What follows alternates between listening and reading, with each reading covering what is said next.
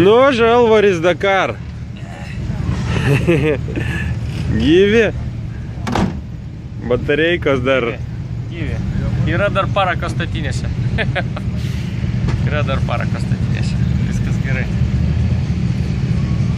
Dar ropojam. Negaliu to vadinti važiavimu, bet buvo tikrai geras greičio ruožas. Toks jau dakarinis, toks kokie būdavo Afrikoje. Šiandien buvo labai smagus greičio ruožas. Bet, nu, aišku, mums tai šiaip tik ropojom. Kad tik davažiuot, nes jau tikrai ant paskutinio garbės žodžio mašiną. Tai va, bet net jūros lyga susirgo, dykumo, įsivaizduoji. Be amortizatorių taip galas linguoja, kad blemba. Tai jau galva susisuko. Tai kur amortizatorius palikai? Dakare. Vakar iš tikro užmušėm vieną, šiandien damušėm antrą. Tai lingavom taip, kad gyvenime taip važiavęs nebuvo. Bet šiaip viskas normaliai, žodžiu. Svarbu, šiandien buvo tikrai sunki diena ir gerai ją pravažiavom, niekur nesėdėjom, viskas, nu tiesiog, kad tik tiek, kad, nu, sakau, toks greitis kreiserinis negali lėkti. Tai dabar jau rytoj tikiuosi, kad iki podiumo davažiuosim.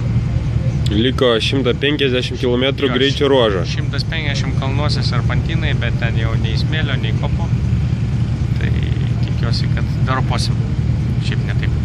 Tai koks jausmas? Trūko tikrai, nu, netrūko išgyvenimų, išbandymų. Pirmas tau pačiam Dakaras kaip tikram vairuotojui, rimtam, vat. Ja, ne, tai iš tikro faktiškai beveik viskas ir buvo taip, kaip mes galvojam, gal tik tiek, kad, nu, dėl mašinos, žinai, aišku, galvojam, kad jinai geriau laikys, nu, kad taip jinai birės, tai nebuvo tokių.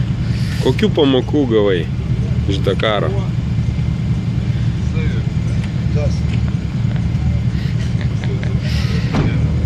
Nežinau, dabar turi viską susigulėti, turbūt dar anksti galvoti apie pamokas dabar. Turi viską susigulėti ir tada pailsėsiu ir galėsiu pasakyti, bet tam reikia biškį laiko. Gerai, tai tikimės rytoj ramiai, važiuokit, ropokit iki finišo, lauksiu finišo.